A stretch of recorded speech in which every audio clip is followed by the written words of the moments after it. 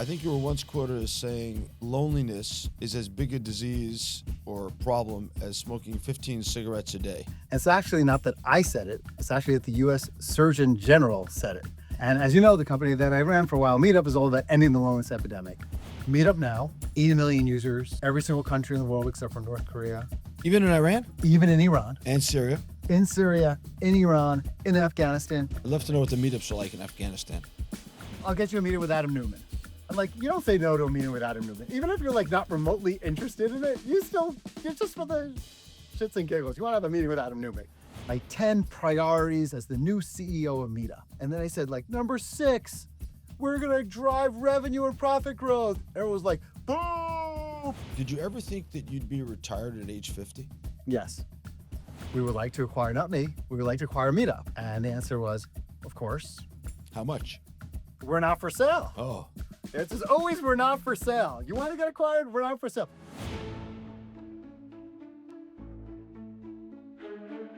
Welcome back to another episode of Invested. I am thrilled to be here with my friend and colleague, David Siegel. Welcome, David. Thrilled to be here, Mike.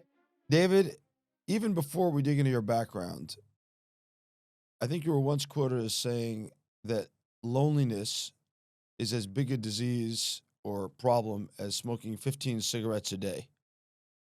First of all, why did you say that? And two, why did you choose 15 cigarettes? The loneliness epidemic is insane.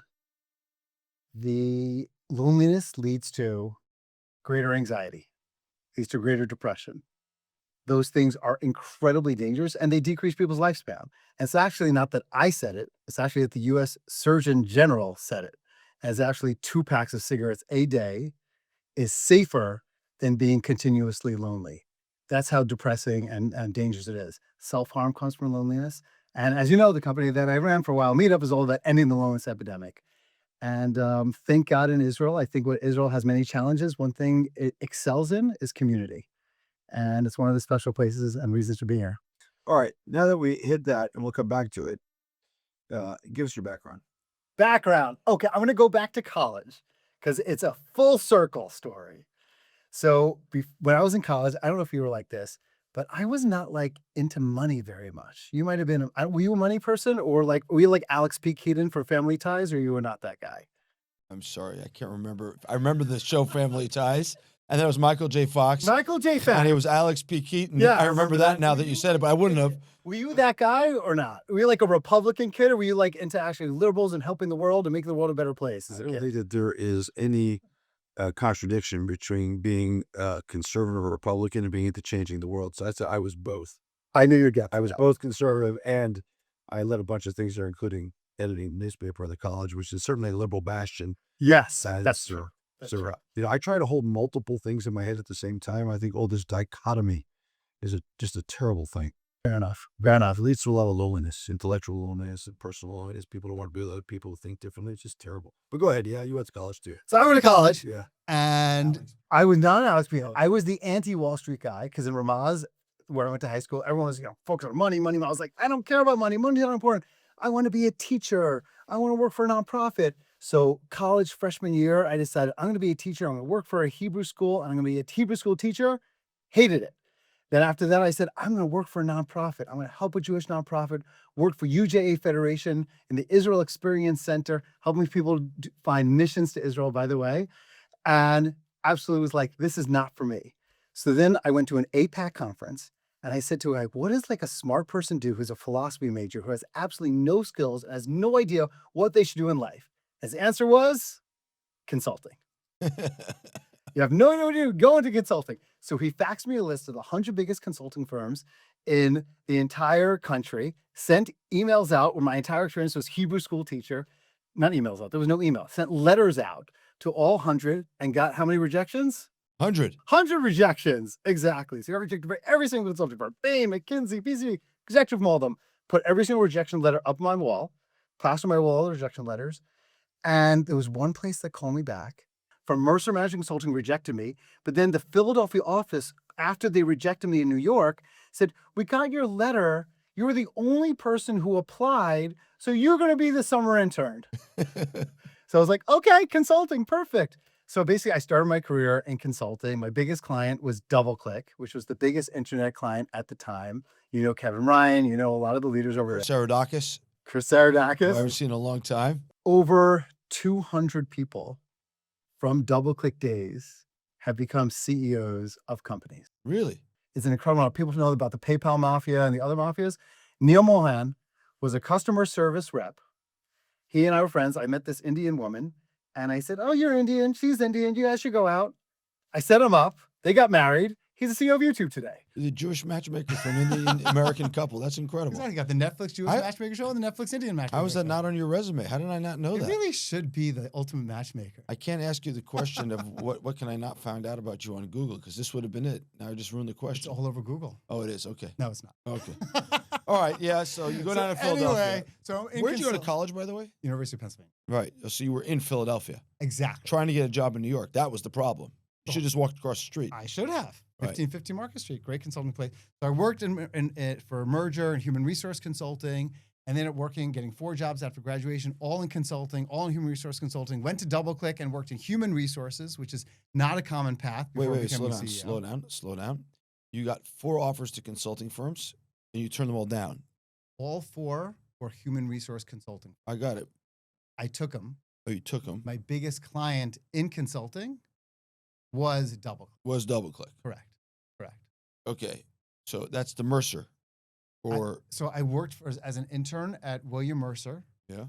After working for an intern at William Mercer, I then got 4 other offers, one Right. from William Mercer, one from Deloitte, one from Hay Group, one from Towers Perrin, one from this other place called Brecker Merriman, whatever. All human resource consulting. I got that. Now, which did you take? I took the smallest firm that no one had ever heard of called, there was only 20 people called Brecker and Merriman. And Their client was DoubleClick. Their biggest client was DoubleClick, and Right. all we focused on was merger and acquisition integration, Perfect. which was like amazing. DoubleClick had just acquired Abacus, at Gravity, other big acquisitions, and we were helping them with the acquisition. At the time, they were considered big acquisitions. Today, they'd be considered They'd be nothing. tiddlywinks. Yeah. It'd be nothing. Yeah. And Kevin Ryan came over to me, Mm-hmm. said, "Hey, David, how much are you getting paid?" I said, "Yeah, $45,000. Pretty good, right?" And he said, "How about this? You're being charged out at $250 an hour." your $45 salary is not, is equivalent to whatever, $23 an hour if I got the math right. How about this? We'll double your salary and then we'll save like 4x. Sounded good to me. So I went to DoubleClick. Came at DoubleClick was a stock of 6, rose up to 210, nothing to do with me, and then went back down to 4. But by the time my 1-year options vested, the 1990 internet craze, we all remember it well. At one point, I had a major conversation with Kevin Ryan, again, CEO of DoubleClick at the time, who ended up, as you know, acquiring Meetup at a WeWork. We'll get to that. Yeah. And I said, Kevin's went to me, he's like, "What do HR people do? Like, what do HR people do? Like, I don't get what you guys do anyway." It's like, "Oh, we work to like recruit top talent at companies. We help to like make managers better managers and leaders. We help with organizational structure and communications." And he pauses and he goes, "It's pretty much what I do as a CEO. Focus on leadership, recruiting top talent, etc." So I'm like, I'm going to go from HR to CEO. That's my goal. And basically that became my goal. So I went back to business school to Wharton, and the entire focus was, how do I become a CEO? And what I did is I came on the idea the best way to become a CEO, because I had learned so much my entire career from my mentors, from Kevin Ryan and David Rosenblatt and consulting, that you want to be as close as possible to the CEO to learn from the CEO. So I said, I'm going to become an assistant to the CEO. So I identified about 30 different companies that I wanted to become the assistant to the CEO for. I called up Jim McCann from 100 Flowers. I said, "I want to become your assistant to CEO." Just called up a whole bunch of different companies. And I emailed lots of people. And at the end, I couldn't get a job as assistant to the CEO. I got a job from BCG. I took it. They gave me a start date of 9 months later. They're like, "Have fun, go on." I'm like, I have a kid. I'm $200,000 in debt from business school and everything else. I cannot just like go out and have fun. The CEO of Dwayne Reed, I met with to become his assistant CEO. I said, "Let's just do a 6-month internship." And I did. So I worked for Dwayne Reed as basically an assistant to the CEO. At one point, BCG then called me up and they said, "Hey, David, you're coming back, right?" And I said, "No, I'm going to have to rescind." And they said, "Why?" And I said, "Well, I'm now the director of business development for this $2 billion pharmacy chain." And they said, "Do you feel bad enough that you give us, some business?" That's consulting, right? That's how consulting guys get business, is that they put people on 9-month delays, hope they get a job, and then say, "Hey, can you give us some business?" I guess it worked for them in the past. Who the heck knows? Well, it works. Anyway, I worked for Dwayne Reed, worked for a bunch of tech companies. And then I had lunch with this crazy guy named Michael Eisenberg. And I met him and we had a great time together. And I was in Israel and I called up Michael, this third party. I said, "Michael, I have this opportunity to go lead Yom Kippur and Rosh Hashanah services in Uganda for the Abu Yadaya tribe. What do you think about coming with me? Because my wife told me that if I find someone, I could go there and lead services. But if I can't find anyone, then I'm not going to be able to." And you go, "I just started Aleph. I literally just started. I can't, but I would so love to do it. But I have another adventure for you, David." I said, "What's the adventure?" "Forget the Abu Yadaya tribe. I'm going to introduce you to David Jackson." So you introduced me to David Jackson, and then I became president of Founder and CEO of Seeking Alpha, and then you became president of Seeking Alpha. Yeah, exactly. I became president of Seeking Alpha. I then left that company. I didn't realize now that, by the way, that I was hurting your dream, which was to be a CEO, by you becoming the president. I didn't know that, so No, it was I very feel bad. I feel a little guilty about that right now. No, I cried. Okay. I cried a lot. Okay. But it's okay. Okay. It's okay. You just postpone the dream. Okay. So the dream is still alive. Yeah. And a company called IAC, Barry Diller, Barry, Joey Levin. I do. They had just acquired Investopedia and they wanted to do a roll up and they wanted to acquire Seeking Alpha also. So they met with me and they said, "We want to acquire Seeking Alpha." And we did a whole song and dance. And of course, the answer was Seeking Alpha is still independent. exactly. "We're not for sale," like any good CEO says. "We're not for sale." And then finally, Mark Stein and Joey Levin, this head of strategy, CEO of IAC, called me up Great and said, people. Great people. great, amazing people. I know you love them. I love them too. They said, "Okay, Seeking Alpha is not for sale, but are you for sale?" I'm like, "I'm not a teacher anymore. I'm for sale. I'm a capitalist." Yeah, this is a recurring theme, by the way. Kevin Ryan asked, "Are you for sale for double the price?" And these guys asked if you're for sale. This is a recurring theme. But keep going. Yeah. Well, clearly high discount person. Yeah. So anyway, so then I became CEO of Investopedia. We then sold the company about 5 years later. That was an interesting experience. And then this guy called me back again and he said, "David, I have your next job." And we met at, what hotel was it? Starts with an A. The Andaz. Andaz Hotel in New York. And I said, "What are you talking about, Michael?" And you said, "I need you to become the next CEO of Meetup." And I said, "I love Meetup. Like, what's going on?" And you're like, "Well, they just acquired WeWork just acquired Meetup. WeWork, just acquired Meetup, on the board of WeWork. So what do you think? I'll get you a board, advisor board, whatever you were on. I'll get you a meeting with Adam Neumann." And like, you don't say no to a meeting with Adam Neumann. Even if you're like not remotely interested in it, you're just for the shits and giggles. You want to have a meeting with Adam Neumann. So like, of course you take the meeting with Adam Neumann. And took the meeting, he's barefoot, I'm barefoot, he's eating his vegan food. You weren't. I was not eating vegan food, but I could have. And then he hired me after 27 interviews to become the first outside CEO of Meetup, to take over for the founder after he was running the company for 16 years. A year into it, WeWork, 47 billion. You remember this well, 40 billion, 30 billion, 20 billion, 10 billion, whatever it was. Artie Minson, the CFO and president, called me up and he said, "David, can you acquire Meetup?" I'm like, "I'm an operator. I don't know how to acquire companies." He didn't say you're for sale, by the way. "You acquire," I'm like, "I don't know how to do that stuff." So I called up Kevin Ryan from 20 years prior, the CEO of DoubleClick, and I also contacted the chairman of Jefferies. And I said, "Hey, would you like to acquire Meetup out of WeWork?" And they did. And then ran it for another 4 years. And we sold the company a couple of years ago to Bending Spoons.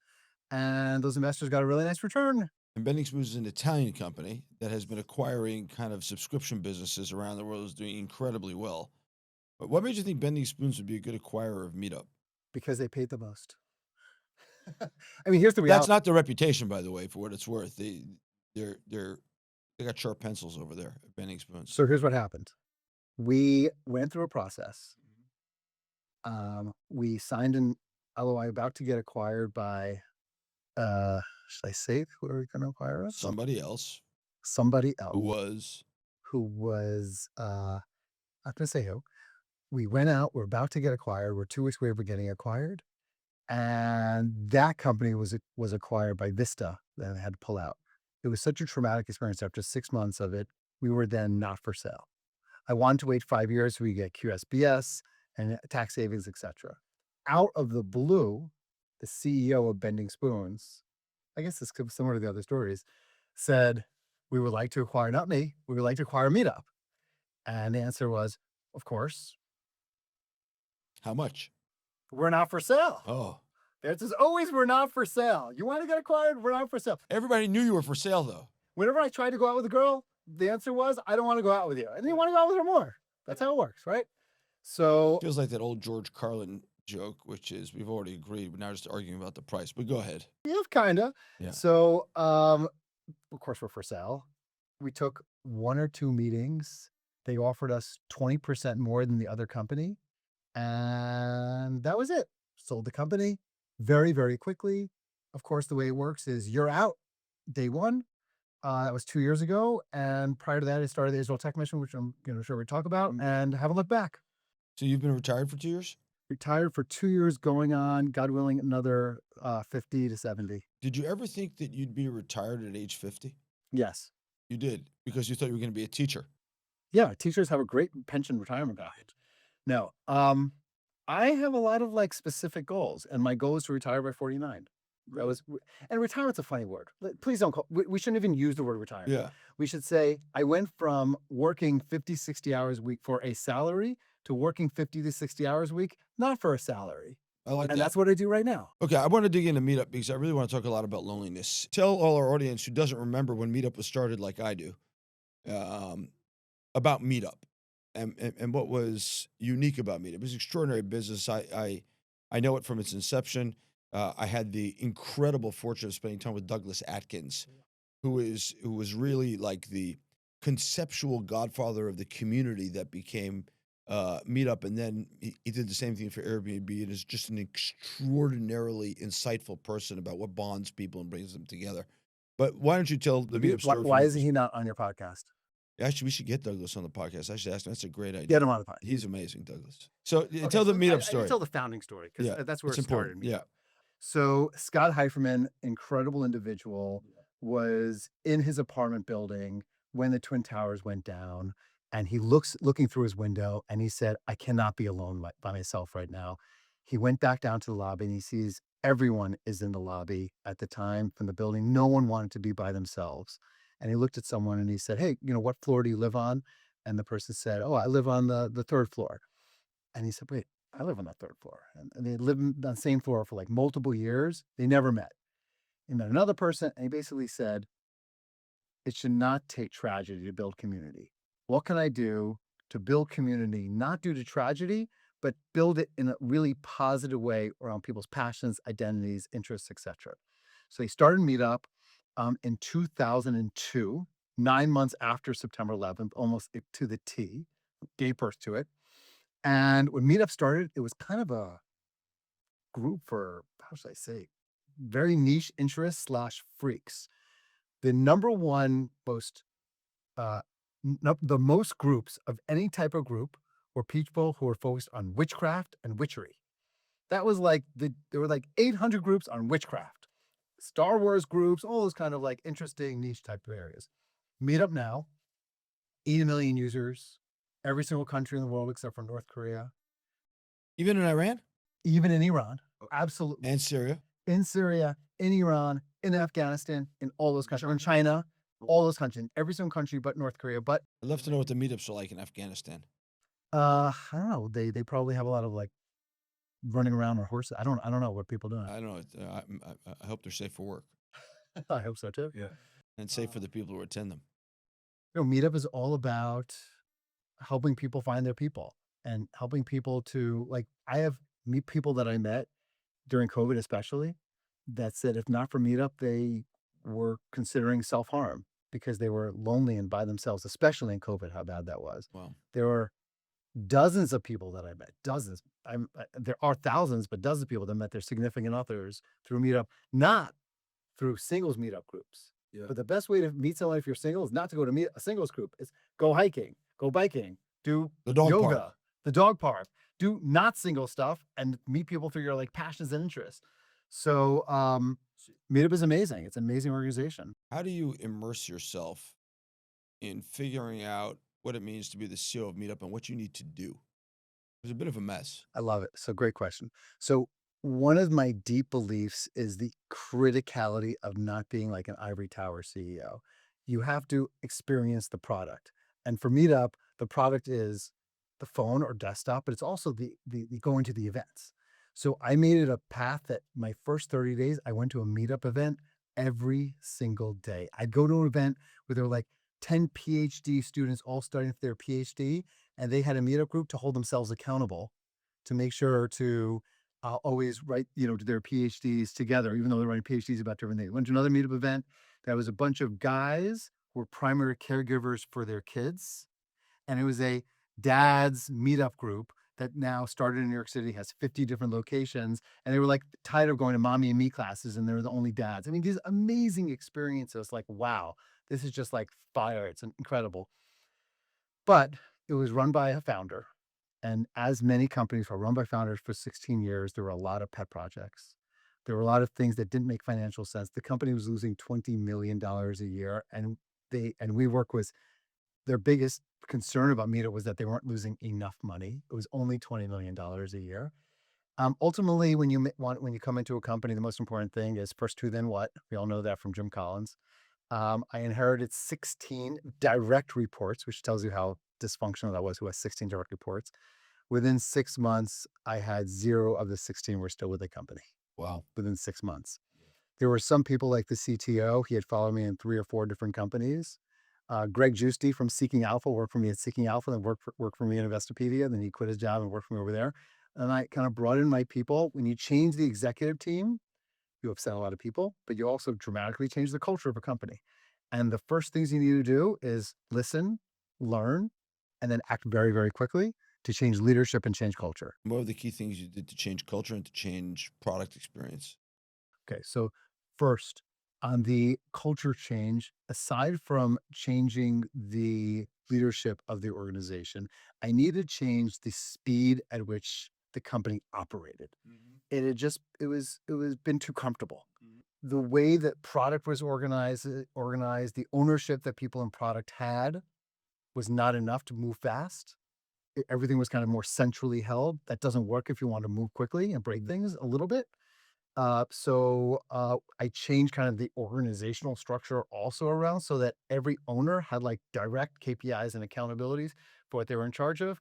And they could just move fast. And it wasn't like, it was one of these organizations where there's, let's say, 150 engineers and everyone's borrowing from each other. And there's no clarity around what engineers are responsible for what. So no, just change it around. These 5 engineers are yours. These 10 engineers are yours, etc. So just change the accountability, changed who is in charge, and also changed the focus. I remember my first day, you'll love this story. First day I got up with my 10 priorities as the new CEO of Meetup. And I get up and I say, number 1, I care about our mission. I care about ending loneliness, and it was like, yeah. And of course, everyone loves that. And then I said, number 6, we're going to drive revenue and profit growth. Everyone was like, boo, boo, we hate revenue and profit growth. I mean, there were just there was a love affair with Bernie Sanders, love affair with AOC, love affair of just like this total woke anti-capitalist establishment that all money is bad. And that just had to change. I said, no, revenue is good. Revenue gives oxygen to our mission. The more revenue we have, the more we can actually help our customers. How many employees were there when you got there? Oh, okay. I was like the 260th employee This sounds terrible. By the time I left and sold to Bending Spoons, there were 80 employees. We went from negative $20 million in profit to $8 million in profit over about 4 years. And the revenue grew too? Revenue grew too. And Yes. Revenue grew as well. Correct. So there was like a lot of fat in that business, to say the least, or hangers on, or barnacles, or whatever you want to call it. Yeah. Yes. The other thing that Is that because it was like a socialist mentality, which everyone kind of stays around? it was a socialist mentality in that no one was held accountable. There were no clear KPIs, and there were a ton of projects that didn't make any sense. That sounds like Bernie Sanders. Yeah, pretty much. Yeah. There you go. One of the other things that really I did is, rather than me being the bad guy, I created like a work stream of all these different people, and I said, what do we need to kill? They then put together a list in 2 weeks of all the projects they need to kill. And then I just said, and it made total sense, but the fact that it came from them rather than coming from me made it so much easier to then kill all these projects. How many were there? Like 6, 7 different projects. A lot of them were WeWork related, by the way. Oh, yeah. Okay. A lot of them were, we are told by WeWork that we need to integrate with the WeWork system, and we're going to put, millions of dollars into doing this. It just didn't make any sense. Things like that. Meetup existed to solve the loneliness epidemic. It still feels like people are pretty lonely. Did you make a dent? Absolutely. How do you know? You said that with such confidence. Yeah. So there's, I'm not going to say that I know that we made a dent quantitatively, but I know definitively that we made a meaningful dent qualitatively, simply because of the hundreds, maybe even thousands of stories of people who have told me that Meetup changed their life. Okay, you need to unpack this for me, because we all know that anecdotes are nice, but important, and it's great for storytelling, which you need also. But like an epidemic is an epidemic. It doesn't get turned by anecdotes. It gets turned by cultural change, etc. Listen, do I think that Meetup had more of a positive impact than social media, for example, has as a negative impact? Absolutely not. Do I think that the bigger city that you're in, the more lonely that you are? Yes. And Meetup is in the biggest cities around the world. So that would imply that it didn't make a dent.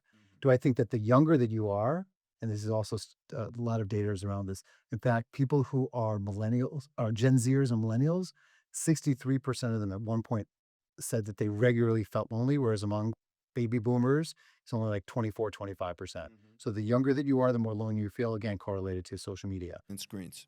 And screens, absolutely. So do I think that we made a quantitative dent in really meaningfully changing the statistics? No. And here's why. Because if we only have 80 million users and our active users, let's say 10 million active users, quantitatively, if there's 6 billion people in the world, then of course we didn't make a dent.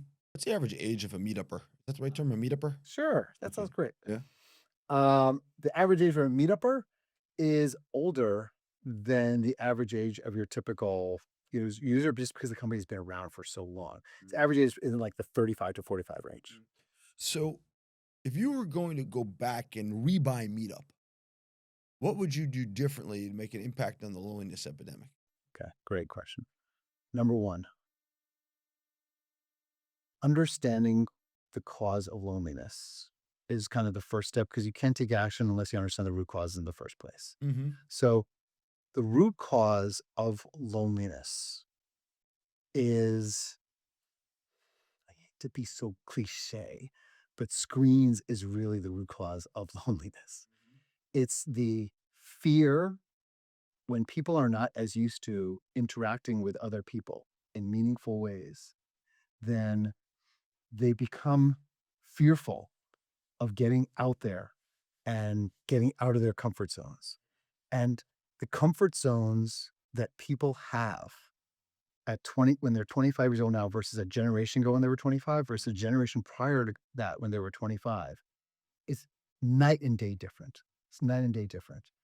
People's need to only go to things with other people is so different. I think a colossal product mistake that we never really jumped on top of to end loneliness was to make it so much better and easier to find your person, to integrate with other social media, and find that person on Facebook or Instagram or whatever, and go to an event together.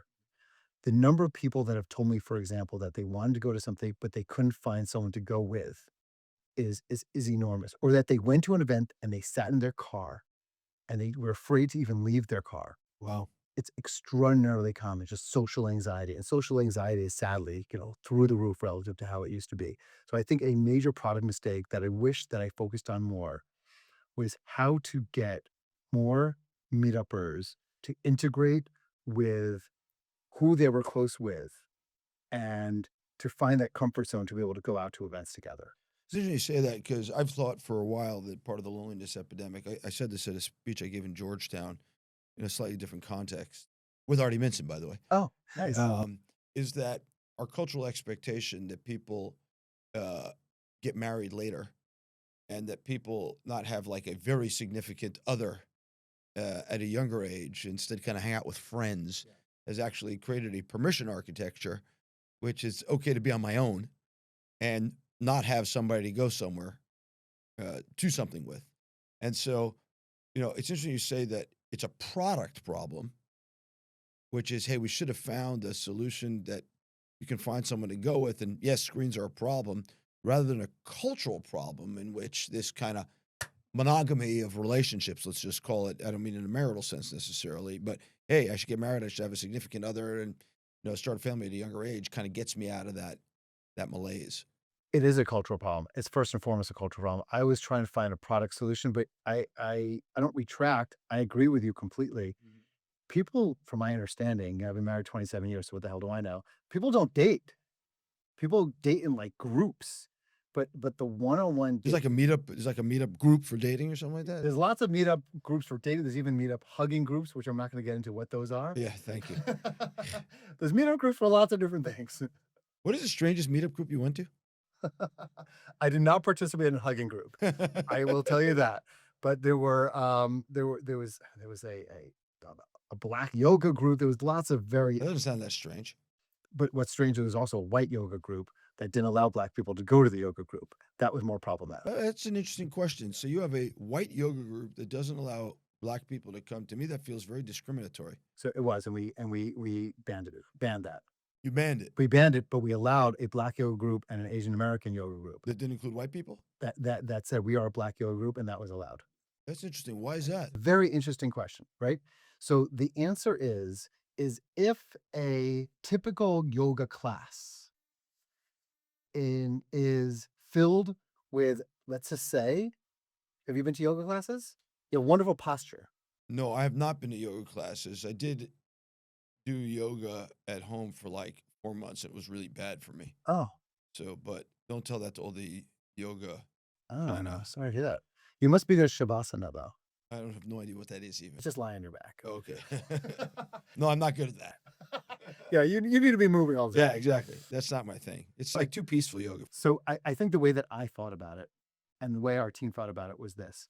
There's a standard, if something is over-indexed in a certain area, so for example, white women, most yoga classes are a lot of white women.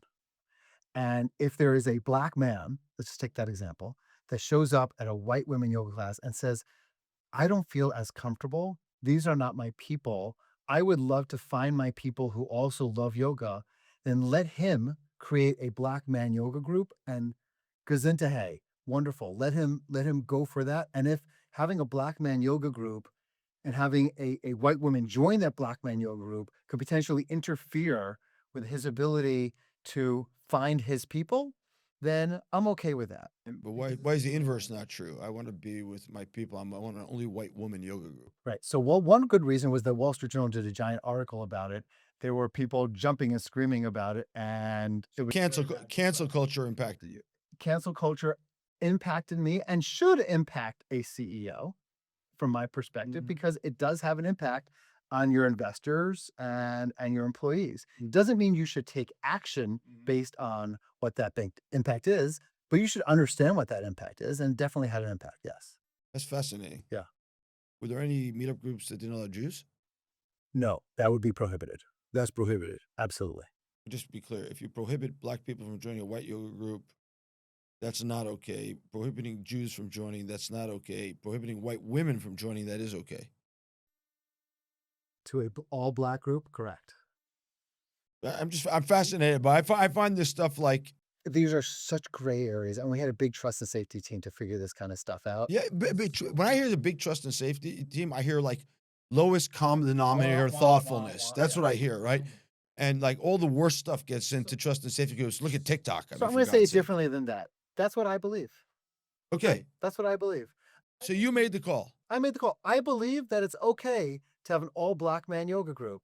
I think that is wonderful if it gives people more comfort, but I think it's not okay for the majority of people who are, let's say, do something to say, they don't need, the point is, I don't think that white women need their own white women yoga group because most yoga groups happen to be that already. It's what's needed in the market. So That's how I felt about it. it's your judgment. Let's start with that first of all. Okay, and second of all, we should say that this is like affirmative action for what's needed in the or a market correction when the free market doesn't do its job.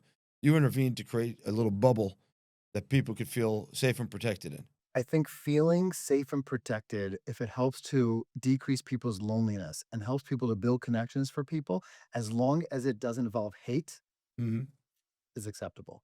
If it involves hate, if it's a bunch of people getting together to kill the Jews, that's not Are acceptable. you for co-ed education or against co-ed education? Co-education? Co-ed education. Of course I'm for co-ed education. Okay, I'm not, by the way, for what it's worth. Very for. Yeah, because I think there's a lot of statistics about girls not doing as well in co-ed education, particularly in high school. I'm for parents being able to choose whether their girls go to co-education or go to only girls. Fair They enough. should at least have the choice. Fair enough. So you've said also, I think, that there's loneliness that exists for people who are pro-Israel and are in tech. Yeah. Talk about that. To be pro-Israel and in tech is a small minority. I actually don't think so. I actually think it's the majority, but most of them don't speak up. Gosh, I wish that were true. Okay. I think that, You were in New York Tech, we should point out also. yes. And I think it's even more extreme in Interesting. San Francisco Tech Wow. in terms of, the By the way, my own view is most people don't even care. That's the first most thing we people should say. absolutely don't care. And I also think, Michael, that you may be referring to at the executive levels. I'm talking about rank and file 25, 30-year-old engineers Yeah. When you who were the CEO skew of Meetup. super left wing. Yeah, in New York, and during the time that you were CEO of Meetup was like peak woke. Peak woke, Yeah. Occupy Wall Street, everywhere. Totally, yeah. Amongst Yeah. the CEOs that you and I might interact with, I actually agree with you. Yeah. But amongst the 25 to 39-year-old people in tech, it is extreme pro. I mean, just look at the numbers. What percentage of people that are in their 20s, these numbers better than I do, are more pro-Hamas than they're pro-Israel? Yeah. It's a majority. Sometimes And tech though, is that- even more extreme than that. Yeah, there's definitely trends that are changing in the United States in particular, but it's also true that if at 20 you're not a radical, you have no heart, and at 40 you're not a conservative, you have no head. That continues to be true throughout history. But yes, there But are tech winds of skews younger change. also. No question. So it definitely is a major problem. Anecdotally, and we'll get into tech missions if you'd like, but the CFO of Warby Parker came on one of our tech missions, and he then met with over 500 different Warby Parker left-wing people and talked about Israel and showed them videos and photos of what he saw when he came to Israel right after October 7th. And people were in shock. People did not understand that was actually the reality. And tech skews, I think, extraordinarily to woke and left. And Warby Parker's not really a tech company either, but so you decide on October 7th happens. You are definitely not, you said this about yourself, and I agree, you are definitely not an October 8th Jew. You decide that you're going to do this tech mission. So just tell our audience about these tech missions. Well, this is a bad, this self-promotional, but whatever, go ahead. Tell everyone about the tech missions. So about this, I'll say really negative things about those. Does that work out for you? No, okay. no. No self-promotion. Not for you, for me it was. For you? Oh, yeah, I know. I love it. You're gonna be so embarrassed here. So I called this guy. So the background is that my son, who at the time was an Israeli soldier, he called me up and he said all of his friends, or many of his friends who are in Penn, Maryland, and Columbia, are saying I should leave school and I should go to Israel and I should help out with volunteering in Israel right after October 7th. And I should do that for a year or do that for a while. And my son said to me, he told me a story, and he told every single one of his friends, no, you have a sphere of influence. You have a sphere of influence on your campus. You are passionate about Israel. Israel needs you on their campus. That's the best thing you could do. Manage your sphere of influence. He tells me a story and he goes, Dad, you have a sphere of influence as a tech CEO. What are you doing? So then I called up Amir Goldman from Susquehanna. He and I said, who do we call? We called up Michael Eisenberg. He didn't want to go to Uganda with me, so maybe he'll do this. I said, hey, Michael, a couple of weeks after October 7th, we're organizing 5, 10, 15 people to come to Israel. What do you think? Good idea, bad idea? And you said, great idea. How quickly can people come? And I said, okay, who do you know that can help me to organize this group together? And you said, my former chief of staff, I think that was his role, another, getting back to this full circle, assistant to the CEO, Ron Miasnik, That's right. who is at Bain Capital right now. So I said, great, let me meet Ron.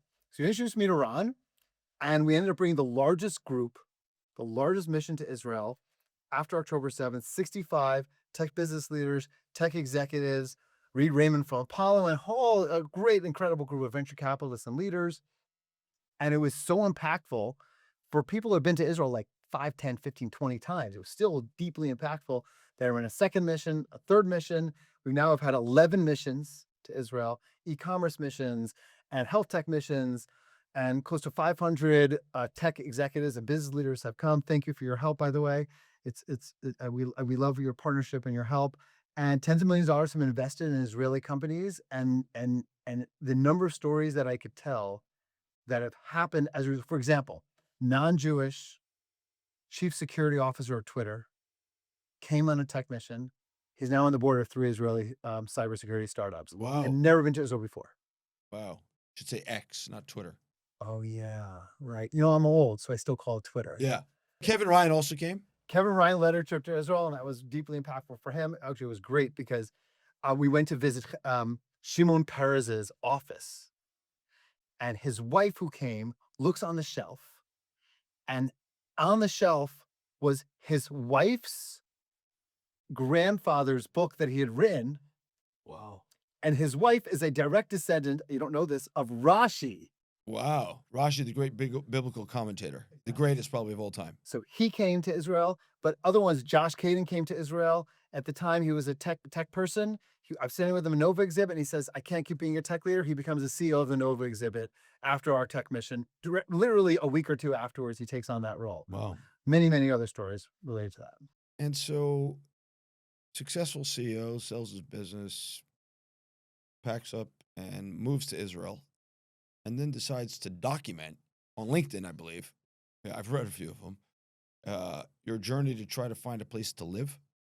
So just take us through, like, why'd you decide to move here? What was caused that decision? Why you're not going to run a company here? And why you live blogging your homelessness? Okay. The nomad life Yeah. is highly underrated. You're like an empty nester now, though, right? Or, Yeah, so that's exactly right. Okay. So we have 3 kids. The children brought the parents. We have visited Israel almost every year. All 3 kids decided to make Aliyah and move to Israel. We became empty nesters. 2 weeks after becoming an empty nester, I said to my daughter, how long do you need to be in Israel till we make Aliyah? It's like, would 2 weeks be okay? We made Aliyah. So the children brought the parents. And I had always said, and my oldest son's Bris, we named him Yair. They said, why are you naming your kid Yair? And I said, because when he moves to Israel, he's going to feel comfortable. And I always said to people, if a third of our kids moved to Israel, we'll spend a third of our time. 2/3, 2/3. All the kids are in Israel now. So that's it. And you sell your place in America? We sold our home in White Plains after 22 years in Wow. America. White Plains, New York. White Plains, New York, home of Michael Kelman. Shout out. There you go. And so he's saying that because Michael Kelman is literally my oldest friend in the world, because our mothers were in Lamaze class together. And is the person who introduced us. Yeah, it's also the person who introduced us and was my college roommate. Yeah. And the head of the Aliyah Club. Yeah. Who didn't make Aliyah. Yeah. And so now it's become very inside baseball, this conversation. But, okay, so why are you live blogging your homelessness? Yeah. So I try to think about how, as a leader, I could continue to still have a hashbah, still have an influence and in the world around me. And when you're running a company, it's easier to have a bigger influence. But as a former CEO of Meetup and former CEO of Investopedia, I can still have an influence. And I think when people see XYZ person blogging, about their aliyah, it's okay. But when I think people see, oh, the CEO of this well-known company blogging, it takes on a little bit of a different perspective. So to date, there's been close to 2 million views of the aliyah blog on LinkedIn. Is that right? I swear. We have had over 300 people add comments or DM me saying, I was thinking about it. I'm not sure. Can you introduce me to someone in Nefesh B'Nefesh?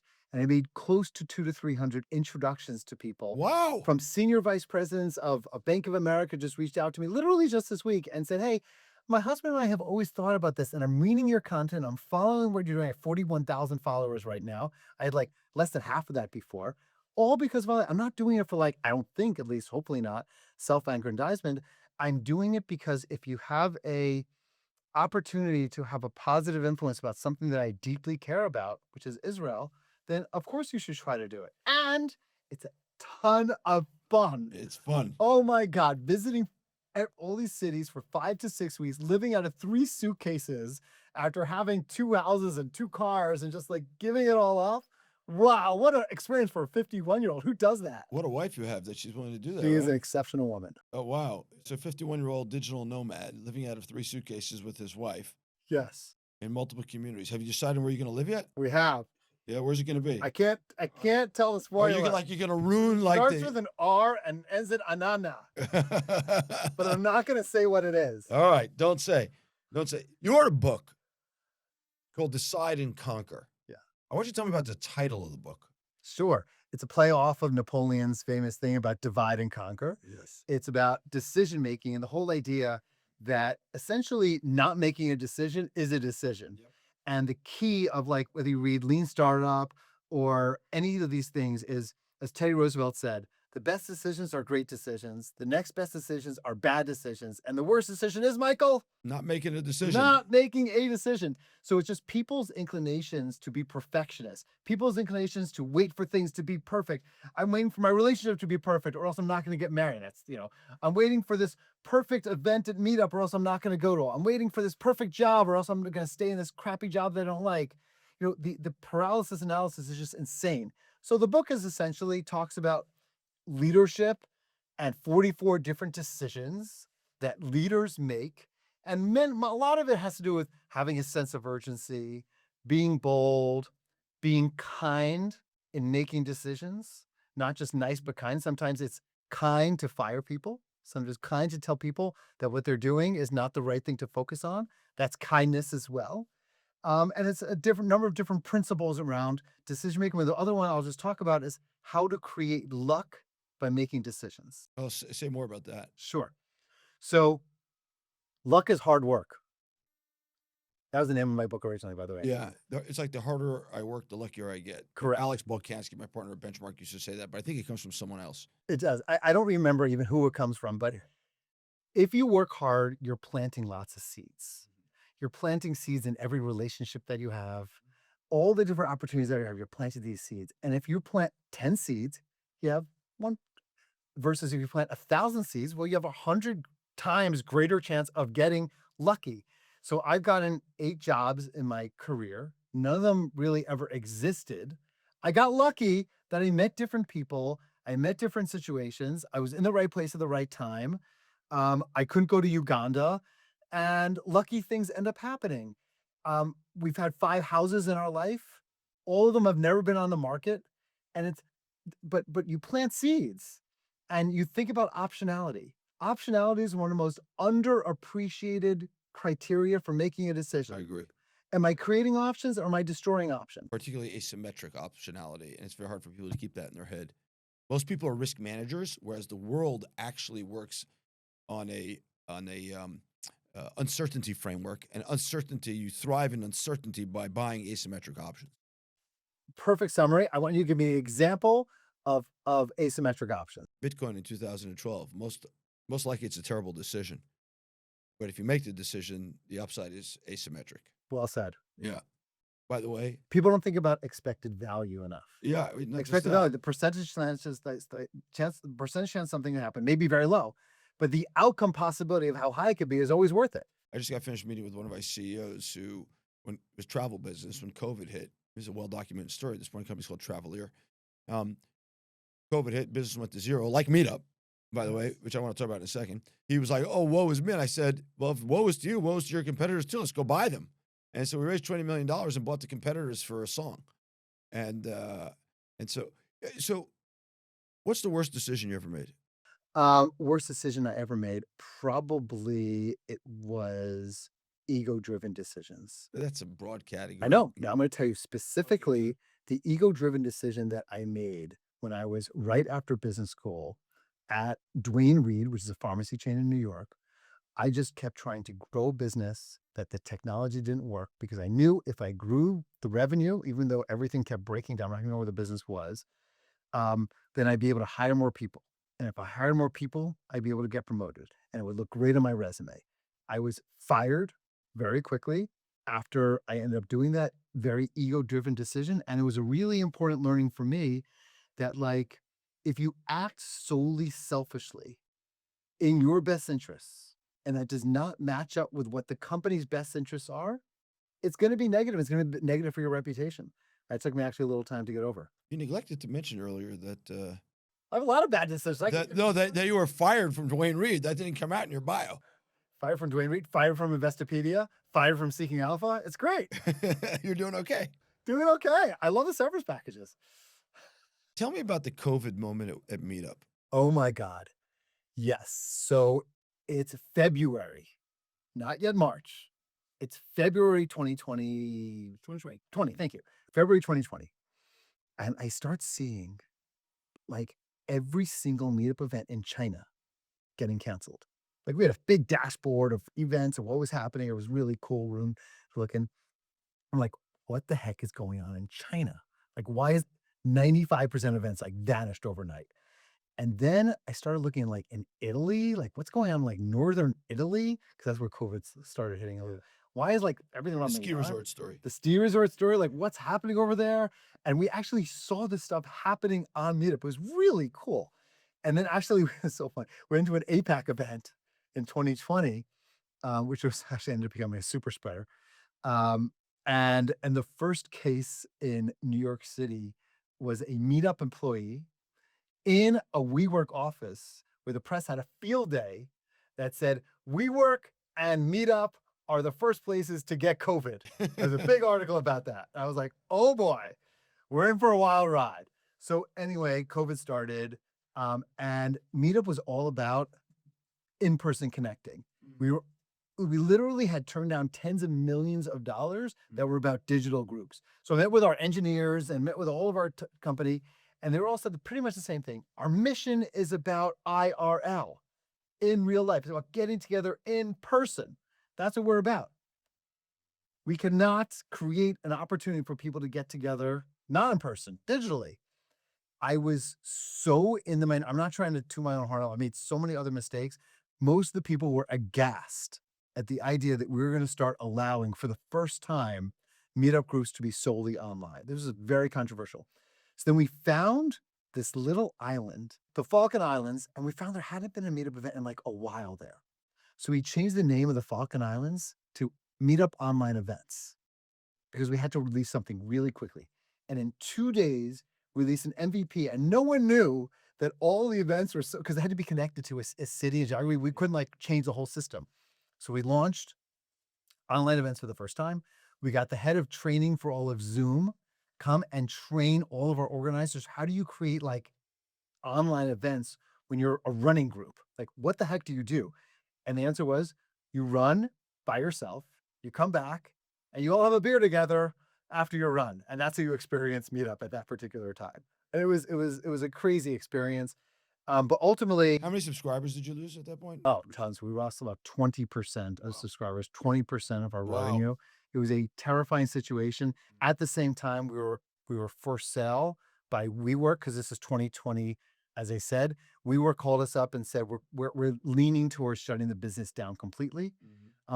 Find us any buyer for this business. And that's when we were able to buy the business for a tiny amount of money, do a management buyout, and ultimately selling it. That's when we brought Kevin in. I have so many questions to ask you, but we're coming to the end, and I want to ask you a couple of things quickly. You moved to Israel, retired. No. I know. Okay, I get the point. No. But you could have been a CEO, and you mentioned that 300 people have reached out to you, and it sounds like the cohort is like executives, people who are successful, and it feels like that in this post-startup nation phase we're in now from Israel, part of the attraction of Israel is it's actually a place you can come and run a business and make a living and build a global business from. Do you agree with that statement? And how would you change? And how would you market it to these people? Oh, the first step is just getting people here. I mean, it's incredible to me how many Jews, just say Jews, who have never been to since the bar mitzvah. They're 55 years old. They love Israel, or they like Israel at least, and they haven't been there since birthright or whatever. Birthright was around that. Since whatever time period. Just Israel sells itself. That's the thing about it. Our missions are like the easiest thing in the world. You just introduce them to a bunch of like incredible Israelis who are and people from the army and people to hear about the resilience of what people are doing. It sells itself. It's just step one is like my dream for the Israel Tech Mission is not to have 450 people. Who cares about that? Isn't that making a dent? Zero dent, nothing. Like we need to create the birthright for tech executives. We need to create like the birthright where it is your like tech right that when you become a C-level executive in tech company, you get a free trip to Israel. What will that do for Israel potentially? I think you've called this capitalist Zionism before. Capitalist Zionism, exactly. You're the CEO of capitalistZionism.com. Oh, I should buy that. That sounds good. Okay, I don't want to keep you waiting here. CEO of capitalistZionist.com, that works. You also mentioned on your missions you did a women's only mission. And I go back to the meetup conversations we had before. Why a women's only technology mission to Israel? So of our non-women's only technology mission to Israel, it has been roughly 85 to 90% met. And That's uncomfortable. For the women that are there, if you're 4 women and 40 men, is not the same experience. Right. It's just not. And there were a couple of women, specifically Patricia Hedden, who from Everybody. That is the best. She's an incredible person. And she said, I will be the leader of this. She's not a tech person. No, she's not. At all. But she's a business person. Business person, Hollywood person. Hollywood person. She's the best. And she said, David, run a mission around my name and my influence, and we will get people. Yeah. And we got incredible group of people from That is incredible. Yes. She's incredible. Before I get to like my last question, what would you have done differently in your career if you had it back from the beginning? I think I was too binary, frankly, in my approach to impact and helping Israel, helping the world, and doing good. Well, that's funny because you started there. Correct. That's what happened to you. I started off there, and then when I left, I said, "Oh, I need to focus on supporting my family," which, understandably, I need to focus on my personal career, and that was my focus. And it wasn't like I was 80% that and 20%, doing things to help and positively impact.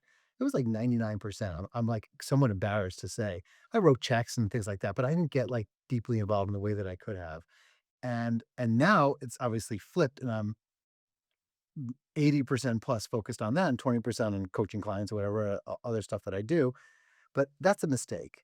I shouldn't have been so binary. I shouldn't have been so absolutist. I think I would have been a better CEO and a better person and